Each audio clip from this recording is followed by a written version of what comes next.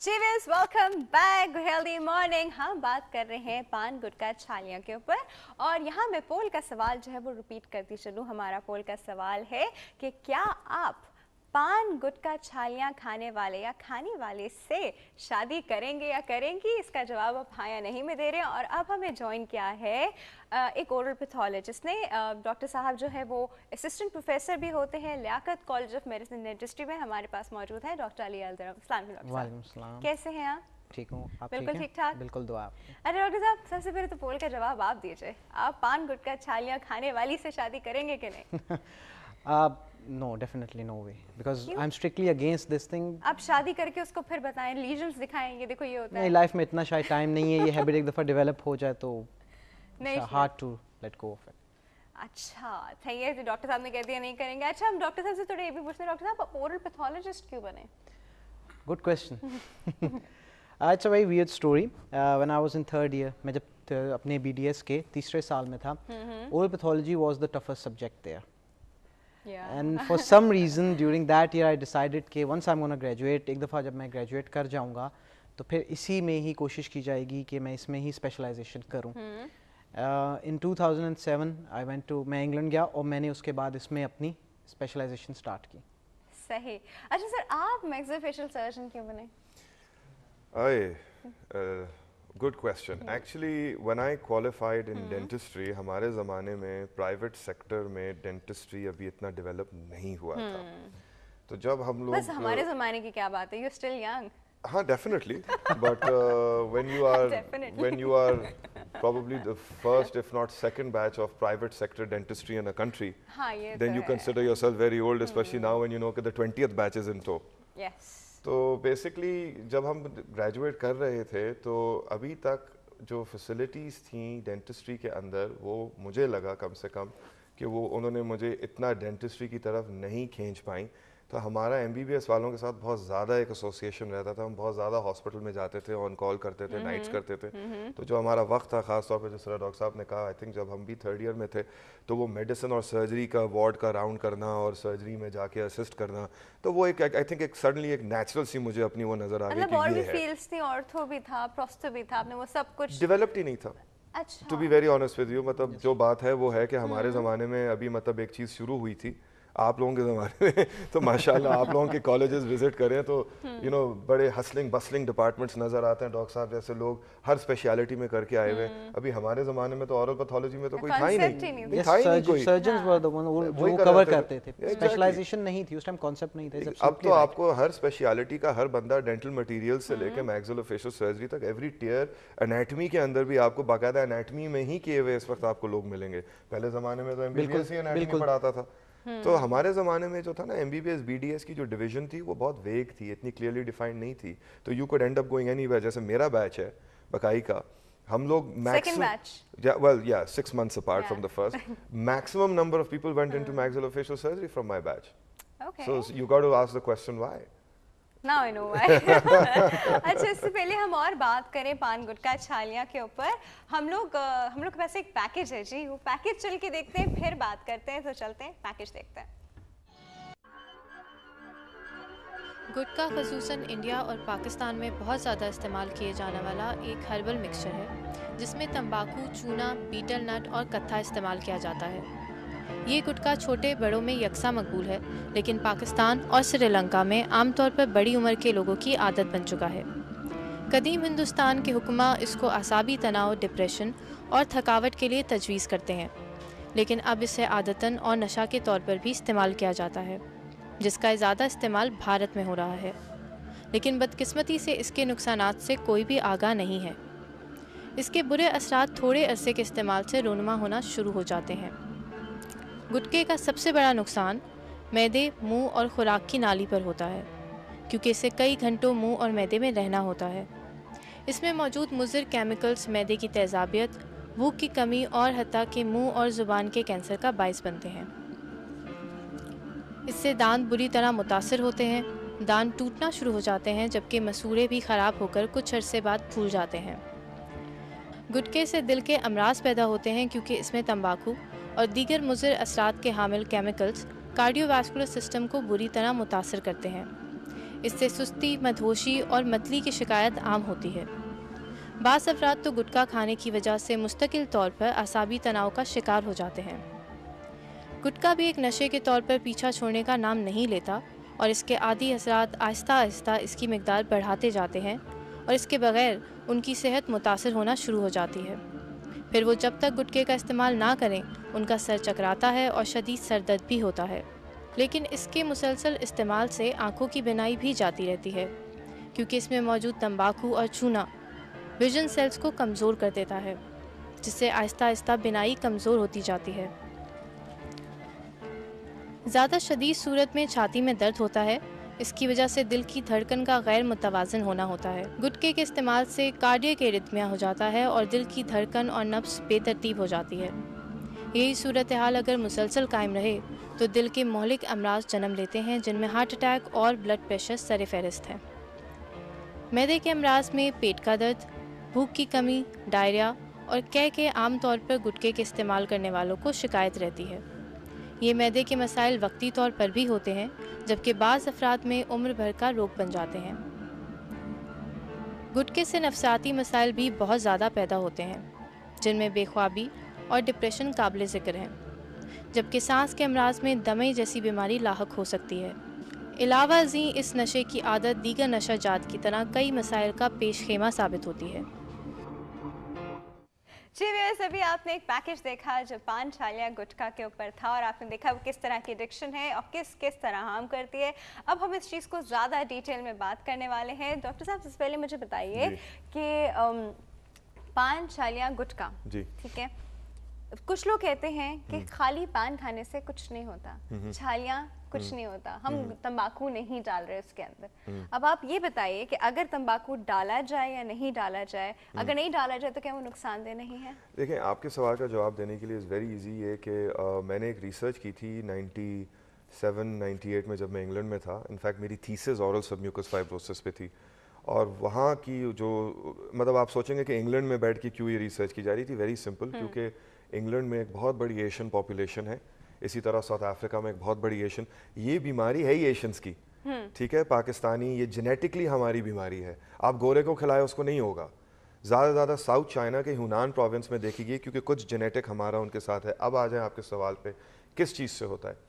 چھالی، okay, بس bottom line چھالی کے اندر ایک کیمیکلز ہوتے ہیں جن کو اراکلین، یہ بیسکلی آپ کے منہ کے اندر جو فائبروبلاسٹ ہوتے ہیں ان کو جوڑ دیتے ہیں، اور جب وہ ایک دفعہ جڑ جاتے ہیں وہ کھل نہیں پاتے۔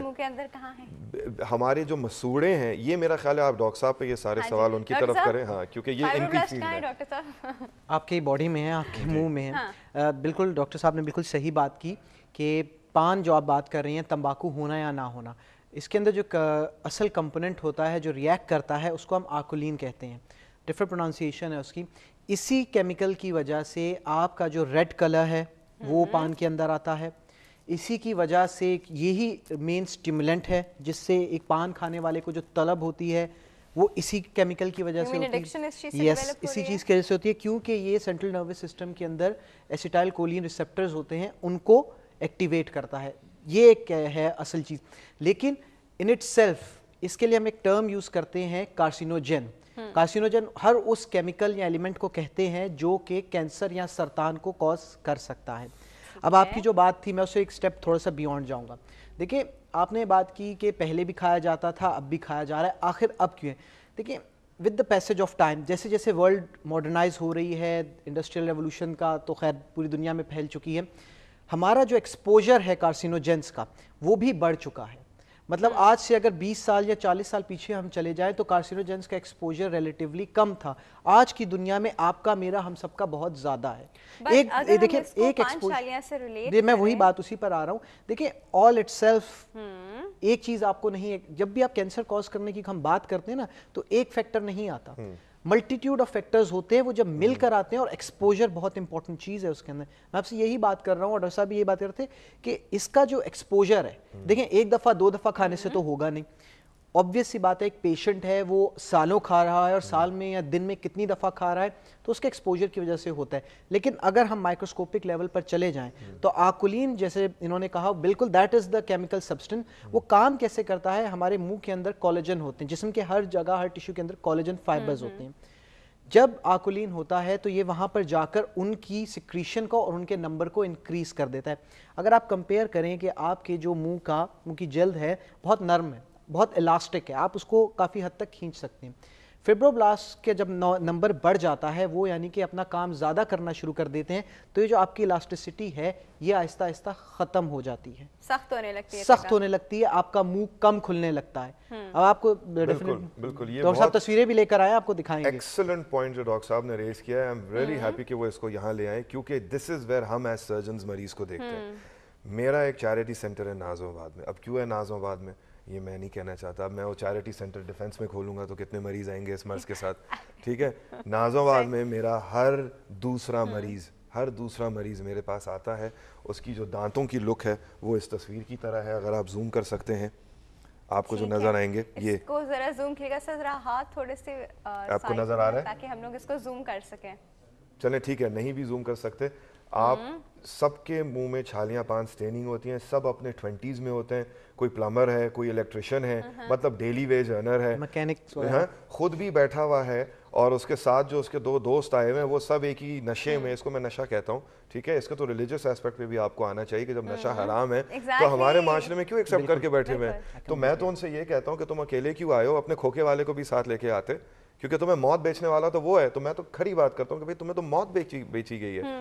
अच्छा, लचक वाली बात, इनका एक टिपिकल लुक होता है, इनके गाल बिल्कुल यूं स्ट्रक्ट इन होते हैं यूं, क्योंकि अंदर से लचक खत्म हो चुकी होती है। अब क्या ये न्यूट्रिशनल कितने अरसे में आ जाता है? न्यूट्रिशनल डिफिशिएंसी मीनिंग की ग़िज़ा की कमी, और ये मुर्गी अंडा, पहले क्या हुआ, पहले मुंह बंद हुआ बाद में लचक कम हुई, या वैसे ही आपके अंदर ग़िज़ा की कमी थी क्योंकि आपकी सोशो इकोनॉमिक स्टेटस अच्छी नहीं है, अच्छा। और आप छालियाँ पान भी खा रहे हैं, तो फिर इसमें डोज डिपेंडेंट ज़रा सा टेक्निकल, लेकिन ज़्यादातर ये सारे के सारे मरीज़ एक प्रोफाइल में फिट होते हैं। मैंने आपको एग्जांपल्स दे दी हैं, ये इनके जॉब्स हैं, कोई टावर में काम करे, कोई कहीं काम करे। बच्चे 8 साल के बच्चे आपने भी देखा, बिल्कुल इतने बच्चे स्कूल्स में मैं देखता हूँ कि 7 अप की पैकेट्स और ये मतलब जितने भी लोग हैं रेडली अवेलेबल है छालियाँ स्कूल्स के अंदर। आप बाहर जाएं, मतलब माँ बाप का ये फ़र्ज़ है कि वो देखें कि उनके बच्चे क्या खा रहे हैं। आप देखें, अगर आप 1 रुपए में, आज से शायद 5 साल पहले 1 रुपए में 10 मिलती थी, अब शायद 4 मिलती हैं या 2 मिलती हैं। आप ये देखेंगे कितनी रेडली अवेलेबल है। जो डॉक्टर साहब ने जो बात की,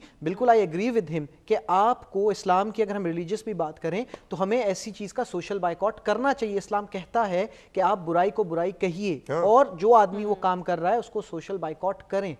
क्योंकि देखिए बात ये है, जैसे इन्होंने कहा, बिल्कुल एग्रीड 200%। एक खोखे वाले, एक पान वाले को जहां से वो शख्स जहर ले रहा था उसको भी लाना चाहिए, उसको लेकर आओ, क्योंकि उसने आपको ये जहर बेचा है। तो अब इतनी रेडली अवेलेबल एक चीज होगी, जैसे हम बात करें खोखे पान के, इन सब चीजों पे कोई रोकने वाला नहीं है, कोई रोकता नहीं है, बैन्स हैं, तो एनफोर्समेंट नहीं है। हर गली में 4 खड़े हैं, तो पुलिस वाला खुद खा रहा है। अब इससे ज्यादा मैं आपको क्या बात करूं? Is absolutely right. देखिए बात ये, मैं आपसे वही बात कह रहा हूं कि नशा अवेलेबल है रेडली। आप हर चीज हुकूमत से क्यों एक्सपेक्ट करते हैं? होम ऑफिस जाएं, सॉरी बात काट रहा हूं, तुगलक हाउस जाएं, सिंध होम, मैं खुल के बात करने, सिंध होम डिपार्टमेंट जाएं, होम सेक्रेटरी के दफ्तर के पास जो बंदा खड़ा हुआ है सेरेमोनियल ड्रेस में, उसको बोलो स्माइल करो, दांत देखिएगा। मैं बता रहा हूँ, तो कौन बैन, व्हाट बैन? हम एज डॉक्टर्स, हमारे देखिए गवर्नमेंट के पास पैसे है नहीं। 0.23% of your budget GDP is spent on health। इसका मतलब 46 रुपीज़ पर पर्सन इन पाकिस्तान। एक पैनाडोल का पत्ते पे आप मुल्क का इलाज कर लें, ठीक है, बजट है नहीं। उसके बाद हम लोग प्राइवेट सेक्टर में अगर बैठे हुए हैं तो जी हमसे ही एक्सपेक्ट किया जाता है। मैं बहुत खुल के बात इसलिए कर रहा हूँ क्योंकि ये लाखों में इलाज है, सर्जरी अलग, ग़िज़ा अलग, दोबारा होना के चांसेस सपोर्ट अलग, बहुत मुश्किल होगा। ये बता रहा हूं, होगा। ये क्रॉनिक डेबिलिटेटिंग डिजीज है। हम इसके लिए जो बुक्स अगर आप खोलें तो इसको क्रॉनिक और डेबिलिटेटिंग डिजीज कहते हैं, क्योंकि पेशेंट का, जैसे इन्होंने कहा, बिल्कुल ऑलरेडी एक सोशियो इकोनॉमिक स्टेटस से वो बिलोंग करता है, मेल न्यूट्रिशन वो ऑलरेडी होता है। इसके बाद आपके भी पैकेज में ये बात कही गई कि उसकी जो भूख लगने की मतलब इस्तेदाद वो कम होती जाती है, क्योंकि वो हर टाइम ये खाता रहता है, वो ऑलरेडी मतलब बद से बदतर होता जाता है। अब आप मुझे बताइए, ایز اے جنرل میں وہی بات جو کر رہا تھا, ہم بریک میں بھی یہ بات کر رہے تھے, دیکھیں آپ کو اس کو ایز اے سوشل برائی آپ کو اس کو ایکسیپٹ کروانا پڑے گا, آپ کو کہنا پڑے گا کہ یہ ایک برائی ہے, ہمیں اس کو سوشلی ہمیں اس کا بائیکاٹ کرنا پڑے گا. آپ ہر چیز کی حکومت سے ایکسپیکٹیشن نہیں کر سکتے, آپ کو نہیں پتا. لیول پہ بھی کر بالکل ڈیفینیٹلی, دیکھیں ہمارے پاس پیشنٹ آتے ہیں, ان کے پاس آتے ہیں, ہم تو لٹرلی ان کو ڈراتے ہیں کہ بھائی اس کو کھانا چھوڑ. کیا بس حقیقت بتاتے ہیں کہ اکثر آپ حقیقت بتائیں پیشنٹ نہیں سنتا. Superman syndrome, exactly that's right. ہم لوگ اس کو میں سپرمین سنڈروم اس لیے کہتا ہوں کہ سپرمین, دیکھیں ایک آدمی ہے وہ بہت اچھے وسائل رکھتا ہے, فراری رکھتا ہے, پراڈو رکھتا ہے, لینڈ کروزر چلیں آپ کو اس ملک میں پتہ ہے.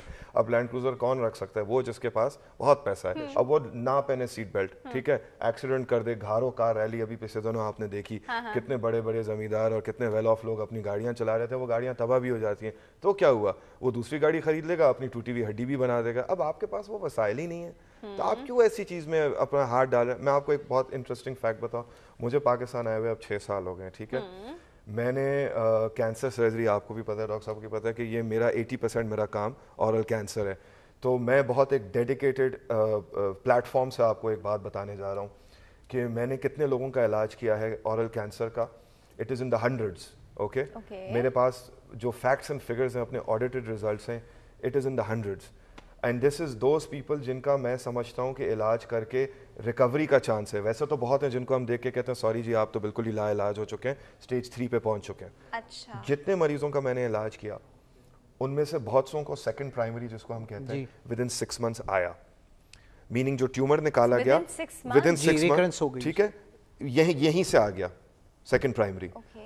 جو 3 سال تک پہنچ گئے الحمدللہ, جنہوں نے 3 سال دیکھا, ہم بڑے خوش. اور وہ میں کہوں گا 10 سے 15% 3 سال تک آ گئے. بدقسمتی سے 3 سال کے بعد پھر وہ ایسا آتا ہے ود اے وینجنس, ختم. پھر میں بڑا خوش تھا کہ میرے پاس جو انٹرنیشنل لٹریچر میں کہا جاتا ہے کہ 5 year survival, میرے پاس 5 year survival کے بھی کچھ مریض آ گئے. میں بڑا خوش تھا. اچھا, اب ایک اور انٹرسٹنگ تھنگ جو میں نے انگلینڈ میں بھی کچھ لوگوں سے شیئر کی کہ 5 year survival پہ انٹرسٹنگلی میرے وہ مریض تھے جو 60+ کے تھے, جن کو بندہ نہیں ایکسپیکٹ کرتا, لیکن ان کے اندر شاید یہ کینسر تھوڑا سلوور گرو ہوتا ہے ایز کمپیئر ٹو ینگ آدمی. ینگ آدمی بہت جلدی ہمارے سارے ڈیتھ کی طرف چلے. جو 70-60+ کے جو کچھ مریض تھے جو 5 years تک پہنچ گئے تھے, میں بڑا خوش. میں نے بولا اب میں اس کو پبلش کروں گا. با خدا بس وہ 5 سال پورے ہوئے ہیں اور ٹھک کر کے ایسی ریکرنس آئی ہے. تو انٹرنیشنل لٹریچر میں اگر باتیں لکھی ہوئی ہیں تو ہم کس دنیا میں رہ رہے ہیں, یہ بھی ہے. ہمیں سوچنی چاہیے یہ بات ہے. آپ اس چیز سے اپنی جان نہیں چھڑا سکتے. آپ کے گھر والے سڑک پہ آ جائیں گے. میرے مریض جو بیچارے مر گئے, ان کی بیویاں ہمارے پاس آتی ہیں کہ جی رشتہ داروں نے بھی ہمیں الگ کر دیا ہے, یہ میں بچے کو لے کے کہاں جاؤں, ڈاکٹر صاحب میرے گھر کا راشن کا کر لیں. دیکھیں یہ ساری سوشل ذمہ داریاں بھی ہمیں لینی ہوتی ہیں. کس لیے؟ کیونکہ گلی کے کونے پہ ایک آدمی نے, کتنا آدمی مسجد کے وقت نماز پڑھتے ہوئے جا رہا ہوگا, دیکھ رہا ہوگا, عید کی نماز, یہ نماز, وہ میرے پاس مریض آیا جو خود چھالیاں پان کا کاروبار کرتا تھا, اس کے بھائی کھڑے ہوئے ہیں کلینک میں, سب کی انگلیوں پہ لگا ہوا ہے, ان کو نظر آ رہا ہے گھر میں ایک آدمی مرنے والا ہے اس چیز سے. انہوں نے اپنا کاروبار بند کیا نہیں, کسی اور کا بھی گھر تباہ کیا.